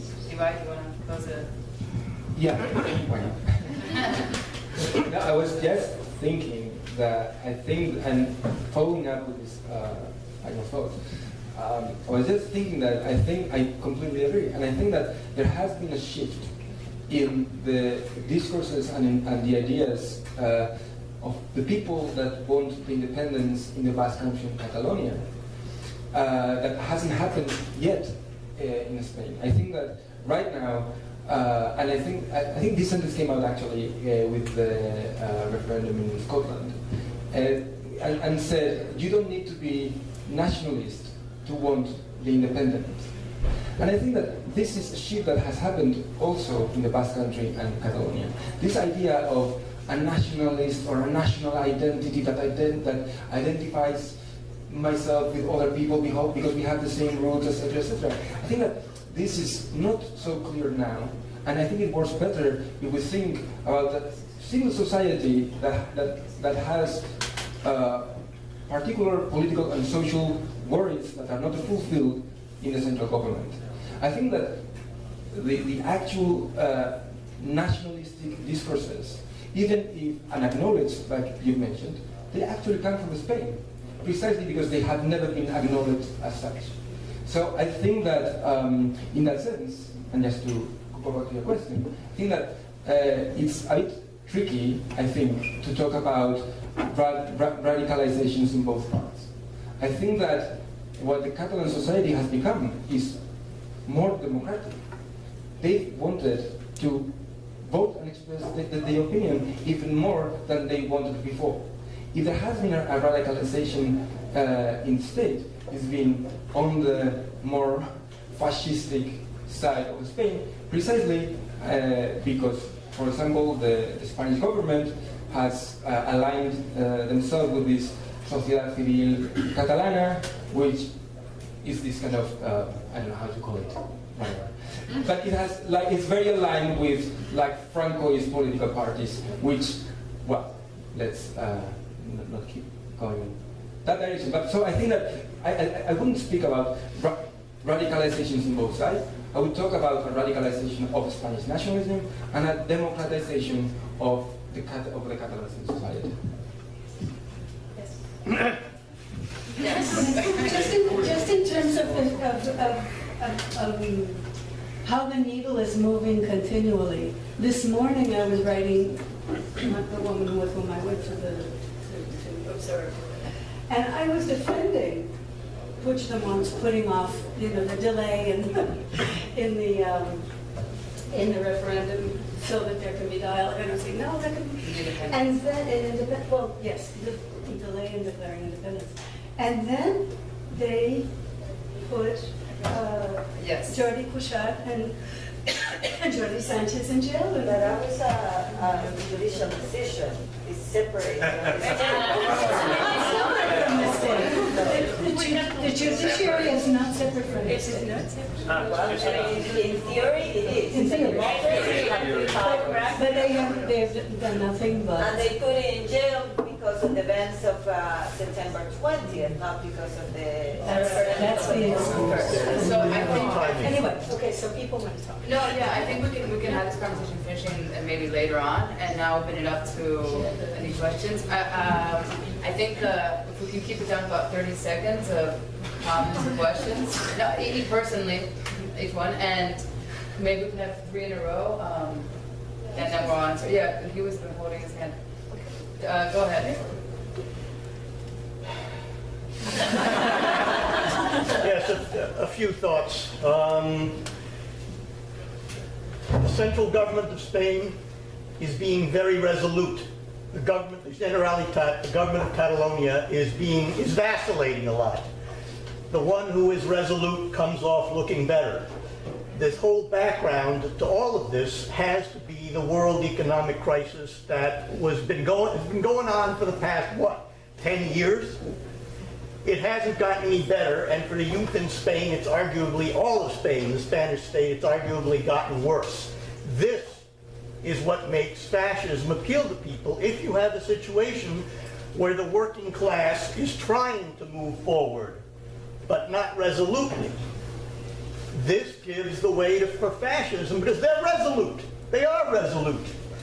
And it appeals to some people. Finally, let me say that the working class has been leading the struggles in Catalonia. It is not clear to me that it would actually be, and this is a question, I have a question for the panel. If I'm not clear as to whether the workers' movement in the rest of the Spanish state and the left movement in the rest of the Spanish state has the kind of appeal still that it makes sense for Catalan workers to stay for the time being within the Spanish state and work together with other sectors of working class, other oppressed people, for a struggle which I don't believe the Spanish state will keep peaceful. I don't believe that the Spanish state will keep it peaceful. We're gonna... Finally, let me just say that communists, of whom I'm evidently one, may not be in favor of independence, of voting for independence, but you have to defend to the death the right of the Catalan people to make that decision for themselves. The nationalism of imperialist Spain, yes, it is imperialist, is a terrible nationalism and different from the nationalism. Yes, my question was, yes. Again, is it possible for the Catalan working class to stay in and have a united effort with the working class of the rest of the Spanish state, in which case it might not be a good idea to vote for independence in the referendum, which they had every right to hold? Yes? Yeah, ask a question. No, you, the girl. Yeah. Without microphone. Okay. I guess it doesn't reach. No, because my voice is a bit. I just want to process. Well, I don't know. Hi. So, well, thanks for putting this together. I'm from Barcelona as well, born and raised. I just want to point something out that I think hasn't been brought up by the panel, and is the fact that roughly half of the Catalan population doesn't support secession, independence. And there's a lot of people who didn't go to vote in the referendum, not because it was illegal, but because some people thought it didn't have enough democratic guarantees. because of the way it was approved in the Catalan Parliament, because it was organized by one of the parts, because there wasn't a strong campaign for the no. And anyway, for whatever reason, some people didn't go to vote. The results of the referendum are therefore not representative of the will of the Catalan people as a whole. So I just think it's important because this fact is usually ignored by people who are pushing by a unilateral declaration of independence and claiming to be democratic. No, I just wanted to point this out. Yeah, I would like to add to that. I very agree with Mercedes Gallego that this is not a very plural panel in terms of what she said, how the forces are shared in Catalonia with this. And what she just said is best, and I don't agree with the fact that, I mean, Spain is a very complex country, as we all know, but it's a democratic country, and there's flaws, like in every democracy, but there's a separation of power. There's a judiciary system, independent. And that said, there's elections every 4 years. There's elections in Catalonia every 4 years too. Last time there were elections in Catalonia, there was a coalition, as we all know, of the parties that won independence, some of them newly appointed to the independence, like the former Convergencia y Unió, the right, center-right party. And they took this election as a plebiscitary election, with the independence as their sole agenda. It's people like from the left to the right, all together for the independence. Then the votes they got in that election, after all the movement of the consultation on 2014, was below 50%. Because of electoral math, they have a slight minority in the parliament. But, I mean, that's the reality of Catalonia today. Having, to say that that government, with less than 50% of the votes in the most recent election, has a mandate, a democratic mandate, to promote a illegal referendum and go from there, I don't think that's a consistent mandate, in my opinion. Do you want to ask a question? Or just... No. Yes, all right. I think maybe why not explore accepting that right? I would add that what do you think of this? No comments. I think it's My comment is a question that had a lot of practice. Yes. Question? My question is, if Catalonia separates, will it become a member of the EU? Will it join the Eurozone? Will it join NATO? And what will be its foreign policy? I'm just curious, what are those three things?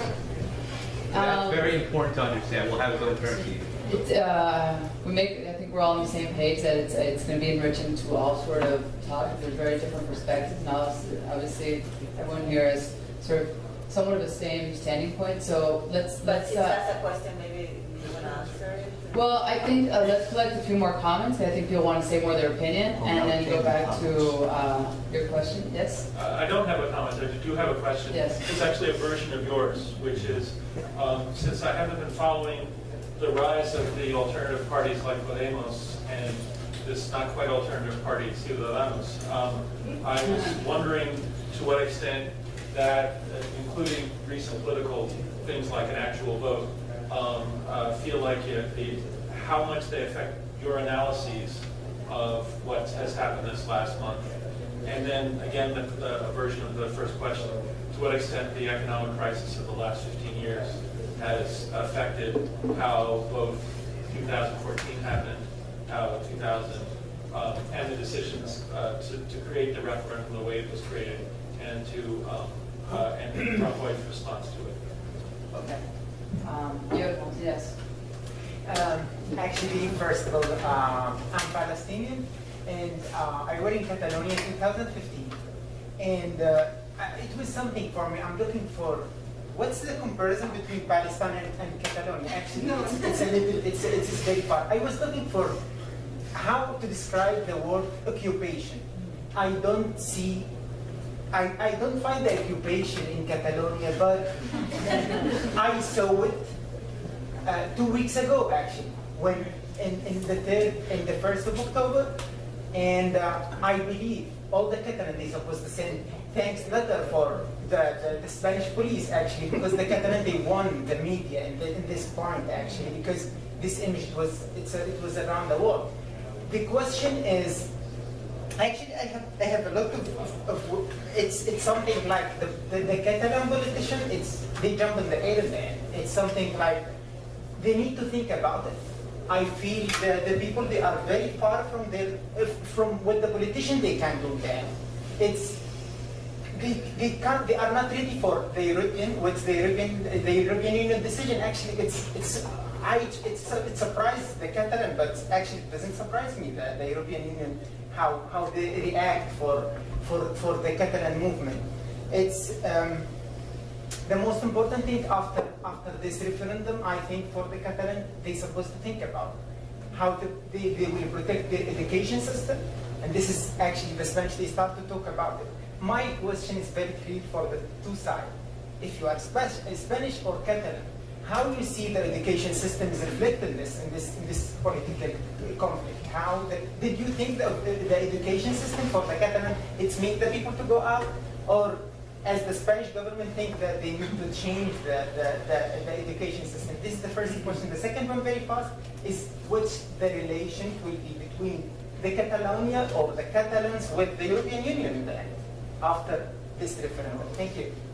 Okay, well, there was a broad number of comments, and do you want to... Yeah, I wanted to make a comment in the line of colleagues here. I think I missed another voice as well, representing the majority of the opinion of the Spanish people, and even Catalonia. I would like to ask you a straight question. Why would you say Catalonians when you mean independentists? Because if the Catalonians went to the street, there was a strong cohesion, solidarity. I believe it. I'm sure they were peaceful, going to vote, people were happy, old people, young, with the kids. But there is, according to the polls, roughly more than half of the people that didn't participate. They might get home, maybe they show up the next day, in a peaceful day as well, in a peaceful way as well. I think it's extremely unfair. And I would ask you not to use the word fascist so lightly. Fascist nationalism awoke in Spain. How can you dare to say that the day the fascists come, they will reckon into this room, beat you up, way worse, throw you to jail, probably shot you, and for example, you make like an argument saying, we're going back to it, civil war, dictatorship. This is a fantasy, not Mercedes.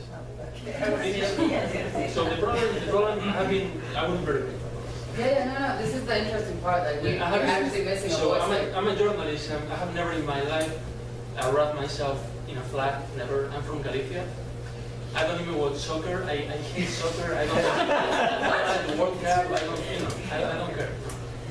I don't like Rajoy. I'm disgusted by the violence, the crackdown on the people on Sunday, October 1st. But I think I've been seeing a fantasy really. For example, the question about the European Union. There is no way on earth the European Union is going to accept Catalonian independence. Okay? Has to be taken, the decision by the Committee of the Regions has to be unanimous. Spain will never accept it. Yeah, I mean, it's my type, people have to discuss that. So I will finish. I think there's just a fantasy, might be stem from the economic crisis, from the position of Rajoy, and I think it's very dangerous. And I'm really surprised to see commenting on Spain and democracy. In Catalonia, nobody mentioned that they're in charge of the education, the language, the prison system, the healthcare system, the police. I mean, it's the highest level, arguably, of self-government in Europe. Why did nobody mention that? Why didn't anybody mention that the support for independence was 15% less than 10 years ago? Why is all about 3 centuries of struggle? Why the romantic narrative is taking over our emotions? And I'm pretty emotional too. I have been waking up at 5 in the morning saying, what's going on? I can't believe it. I'm a journalist, I cover other conflicts like Mercedes, and you're seeing in your own country the same polarization, and it's horrifying. But I really would like to speak against this fantasy of becoming a country marvelous and with solidarity when the companies are leaving. You want to be Albania, what's going on? I don't understand. One more, yeah? Yes. Thank you. Thank you that we are having this dialogue. I think this is very important, and I think that's what's missing in Spain. I'm Catalan. This is actually a thing I would be afraid of saying, or not, maybe not afraid, but I would be kind of cautious of saying maybe some years ago. But I think it's important to speak up now and to claim this identity. I'm not a nationalist, but I would consider myself now, after the events in the last month, I would consider myself an independentist. My question is, and it's a question open to the public as well, is why is the referendum illegal? Why do you consider the referendum to be illegal? I would agree that it's maybe unconstitutional, but laws can be changed. Constitution all over time, especially in Spain, I think the constitution should be changed because it was voted right after Franco's death in a political situation which is not the political situation we have now. So this is a question open to the public. Why? Just give me some specific reasons why the referendum is illegal. It might be unconstitutional. I agree to this, but why? How do you define it? Illegal? So give me some specific reasons. And also, I have a question, which is why do you consider that the people who are against independence didn't have the right to vote? I believe on the 1st of October, everyone who wished had the right to vote. So the referendum was open to everybody, and people were actually really happy when no voters attended the referendum and voted for no. So this is not only about having a referendum, it's not only about independence, it's about having the right to decide. So I would like to hear some reasons from the other side as well, and I'm really happy that we're having this dialogue. I want to, obviously I think this is a discussion that we should all have. I see Doyle wants to ask a question, you want to add a comment? I just also want to offer, if you guys want to say something. It's an answer to my friend. Okay. Yeah. So I would say that it's illegal not because Madrid says it's illegal, not because the government says it's illegal. It's illegal for several reasons. On September 4th, the Catalonian parliament, in a minority, passed the referendum law. They needed 90 MPs to vote. To change the statute in Catalonia, you need 90. They did it with 72, and the opposition left. They did it in a minority. That was illegal. The Supreme Court of Spain suspended, declared it not legal.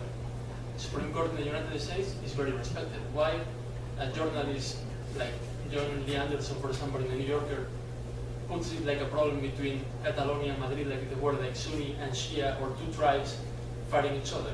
It's the Supreme Court. It's a nation with rule of law. And then the way the referendum was held, they didn't meet any democratic standards. Like Mercedes mentioned, it was like only like observed by one side, not by all the parties. That's number one. The rules were changed. Half an hour the polls, the ballot boxes opened. The register was like online. It was new people. It was organized by volunteers in many ways. They were like putting the ballot boxes. It was violating every single rule to vote. I am as well for a referendum. If it's like transparent and democratic and everybody like rationally talks about it in a process, why not? I'm not nobody to say, oh, you cannot be independent, you should be independent. Let people decide, of course. I will not like impose, but that's why there are many reasons that's illegal, and that's why 90% of the people voted yes, because 90% of the people were independentists. If everybody would participate, it would be maybe 45, 50, 55, but not 90%. You cannot leave half Catalonia behind, and then in a minority, unilaterally violating the laws in the parliament, the laws in Catalonia, the laws in Spain, and the constitution, go ahead with independence.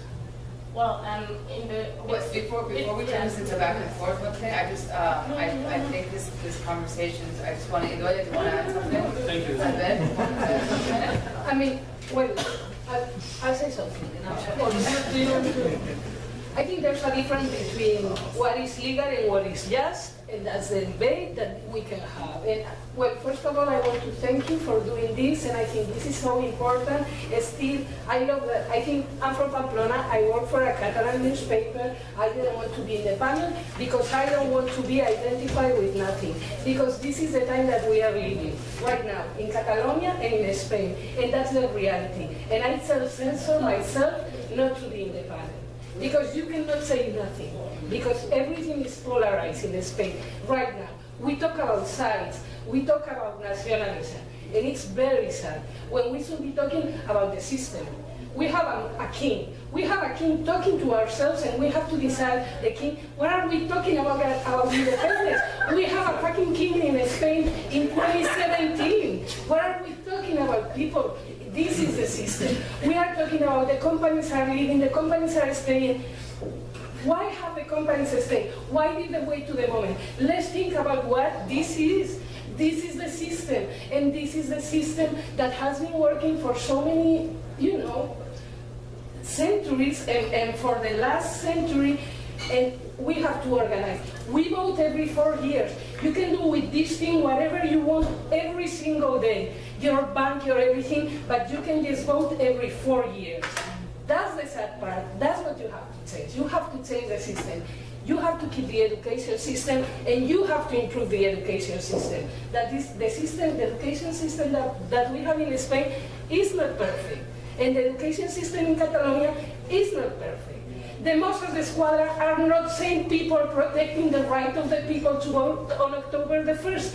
They left a woman blind when she was protesting the 15M in Spain. So the rubber boards are prohibited in Spain, in Catalonia, because the Mossos de Esquadra, they were torturing people in police stations. They are not saints. They are not saints. It's the system. And right now, I understand we have to talk about, Catalonia and the referendum. We have been used by politicians in Spain and in Catalonia. And Ada Colau won because, and she was a civil activist, and she was involved in local politics. We have to get involved in local politics, start changing the little things. We are not going to change the European Union until we change our towns and everything. So I think, I'm sorry, I needed to say and I will keep going for a long time. Let's pass the mic to Albert, and then go back on to Marianne if you want to comment. Yeah, I just wanted to add a fact. So he said that the Spanish companies are leaving Catalonia. That it's a reality. So in Spain we have the stock market. It's called IBEX 35. So basically, in the last week we saw 34 companies announcing that they are leaving Catalonia. But the reality of that is that this is completely bullshit. Right? No, and let me bring the fact. These companies of the stock market, they have 969 subsidiaries outside Spain. They are all based in the tax havens, in the British Cayman Islands, in Delaware, in the United States, in Luxembourg, in Switzerland. So when now La Caixa, Banco Sabadell is saying we are leaving Catalonia, what are you talking about? You are already not in Catalonia, you are in the tax havens. So how this affects the economy in reality? Nothing. It's just a way of the Spanish government and the lobbyists to bring some news to make people have fear, oh, the companies are leaving. That's not true. They are already gone, not of Catalonia, they are gone of Spain. They are in the tax havens, so it's very important to realize that when they are saying we are leaving Catalonia, in reality, that doesn't mean anything. Okay, well, there's a number of things that we put out there. If you want to, I guess, also addressing the question about workers unions and going through everything. I wanted to say to you that indeed it's not correct to both of you that to say the Catalans want this. I've discovered now that I have a lot of friends who are against independence. And, you know, and they talked to me, and some of them didn't vote because they felt that the referendum was not. I don't understand that.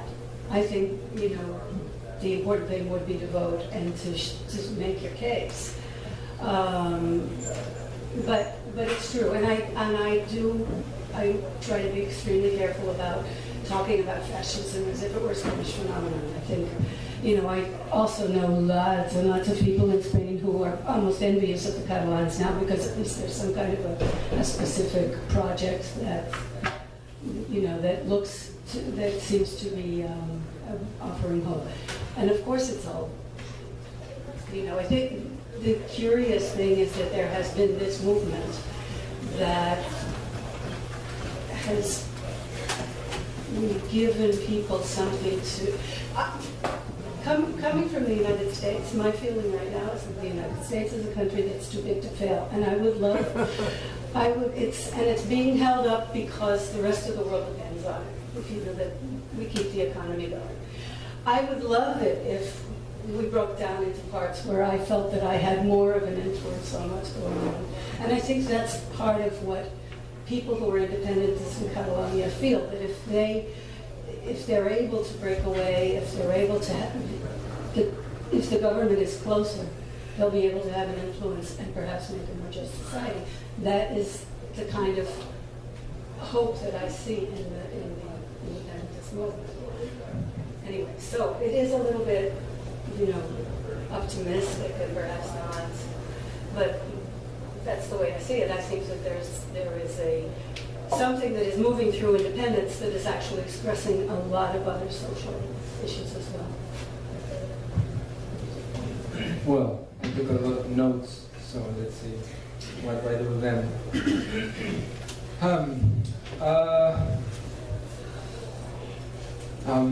Let's see.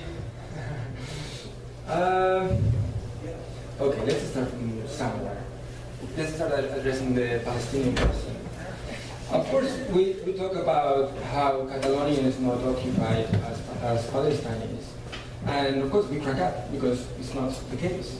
But hopefully, a country does not need to be occupied as Palestine is to be able to decide by themselves. I think that's like a starting point for any conversation. I really hope Palestine was living a completely different situation. It's completely different.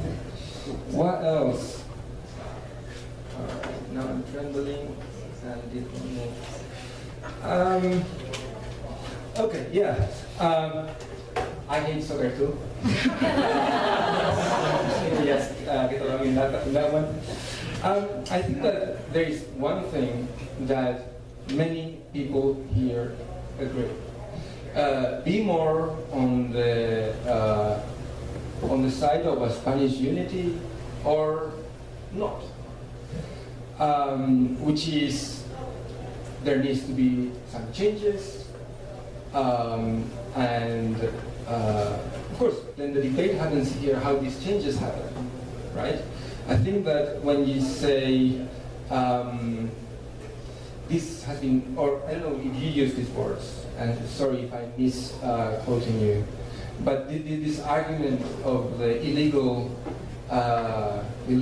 referendum and stuff, I think that sadly and historically we can say that change has happened through illegal actions. I think that the civil rights movement in the States, for example, happened through people that were declared criminal. I mean, I know that now we have a very pink version of Martin Luther King, but he was declared a criminal. He was acting illegally. So I really think that, and I think that you were mentioning now at the end, is like,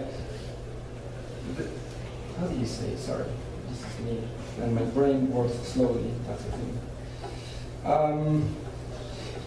This is the system, and the system needs to be changed. And I think that the question is how we change the system. I really think that the legal means that the Spanish state has put in place, well, that's the thing. Spain has not put in place any means to change anything.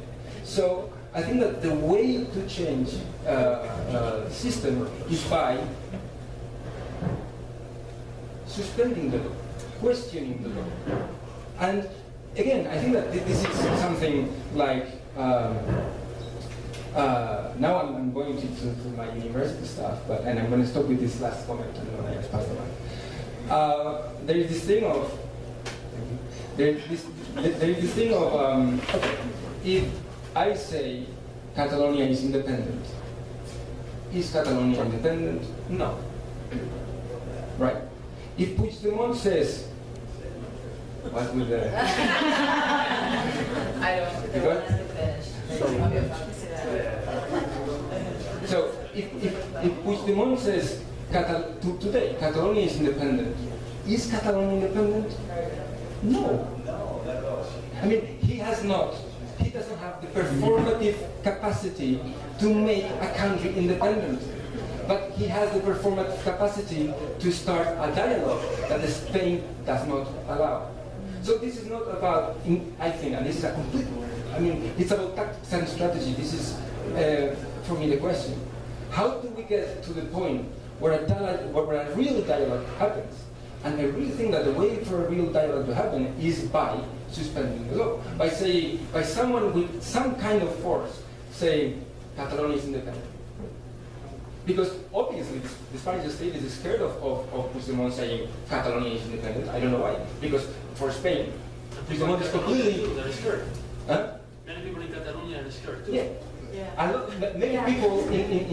Many people in Catalonia are also scared of the Spanish state. I mean, many people are scared in general. But and this is again a very personal opinion.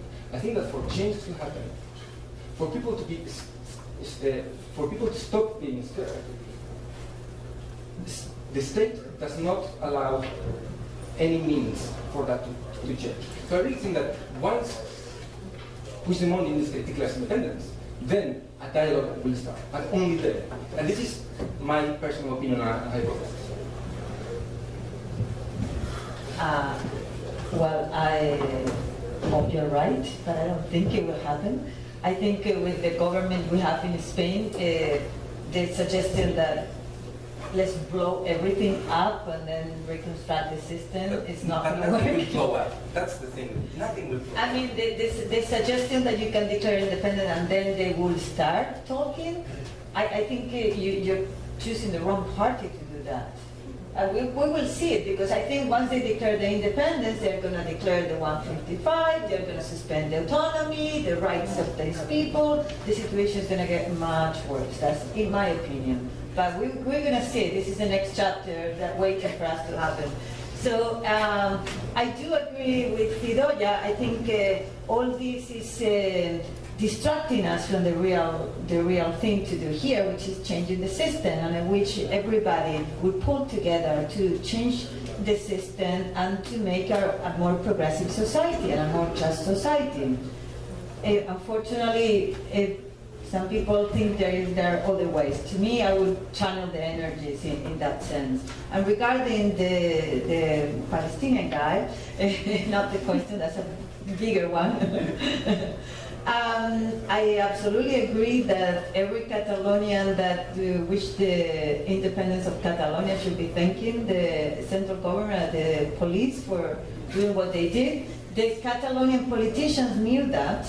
There are clips of them talking a couple of years ago, Junqueras in particular, saying, well, we're going to call for a referendum, then the Spanish government is going to declare it illegal, then we're going to keep pushing with the referendum, they're going to repress it, then the world is going to hear what's the repression of Catalonia. This is on the record, on video. It can be found out if somebody want to check it out. Jordi Ebola rescued that clip in the interview he did to Puigdemont just a few weeks ago. So they calculated this very well. They were very smart. They wanted the interest of the world, and they changed the image that the world could have about what was happening there. That was the strategy. They were smart, or the police behavior was stupid? Which one do you think? Honestly, I don't know, because I think maybe the central government is also winning votes. So maybe they were not that stupid. Maybe everybody knew what they were doing, and it was in their favor. They were not picking up votes in Catalonia. They're the least voted party in Catalonia. They didn't care about Catalonia. It was about what they won in the rest of Spain. Mariano Rajoy, a month ago, needed the PNV in the Basque Country to approve the budget. Well, if he had elections tomorrow, I bet he wouldn't need another party to keep negotiating. So this is my problem here. I think every politician in both sides are winning, but we the people, I don't think we're winning anything. Everybody together. No, totally contrary. I just want to say the bar will be open for at least another half an hour. I mean, they're depending on us. So what I would say is, let's get some drinks. Or the drinks. No, I didn't think that at all. But I mean, please feel free to say. And then I would just say we can continue this conversation without microphones and, opening it up without a moderator. Okay. Well, we have so many things, but I wanted to end connecting all of this of we have to change the system, no? And people have the power kind of thing. And a lot of Catalans, for sure, not all the Catalans, but a lot of people has been concerned with the Catalan issue for many years, have been demanding a referendum. It has been forbidden to have this referendum in many ways. A referendum that probably would have ended this conversation and at least put a pause for many years, so we could have had other discussions about social justice or other kind of politics. But for many years, we've been having the Catalan independence conversation, which doesn't allow us to develop in other ways. So I think we should all celebrate to have this referendum and finish this story. And I think if anyone could think, you were saying, Spain is a democracy, no? I don't think, I mean, for sure it is a democracy, technically. I don't think in many cases we see that happening in the way that how close is the constitution, how there's no dialogue or things that cannot change at all, and that for sure come from our history. I'm not hoping for a civil war for sake. I'm scared for what's going to happen. I think a lot of people are scared, and we don't want to see many things happening. But I think we have to respect that there has been a push up for a lot of people. I don't think it comes related to the economic crisis. I think if we look at the numbers of people going to the September 11 demonstrations with the National Day of Catalonia when we lost the war centuries ago, I think if you look at the numbers of how many people has been going to those demonstrations and how the Spanish government has been saying no to anything that was coming from the Catalan parliament, all these numbers match. So it's not that politicians are manipulating. We are in the 21st century. People have mobile phones. There are a lot of different type of media. For sure, Catalan TV has been pushing for the referendum and independence and has been doing a quite bad job with all of this. But there are a lot of other media. People are smart. People have been in the streets asking for social changes. So I don't think this simplification of extremism, politicians, and shifting the conversation to the system when there is a need and an urgency of people asking for something and asking for being more democratic, we have to close it like that. Well, thanks everyone. I would like to add a couple of more things regarding the question about the effects of the austerity in Spain and the financial crisis. Just to throw a couple of facts, in Catalonia, between 2010 and 2015, the public spends, the government spends in benefits, pretty much, it has been 17% down, and in healthcare, 14%. So obviously, all this has affected the mood of the population, and I forgot what else I was going to say, something regarding something you said, but I don't want to hold back the conversation, so I can add something else. Right, so we have the powers. Talking about the crisis and the Spanish government that gets attached very, very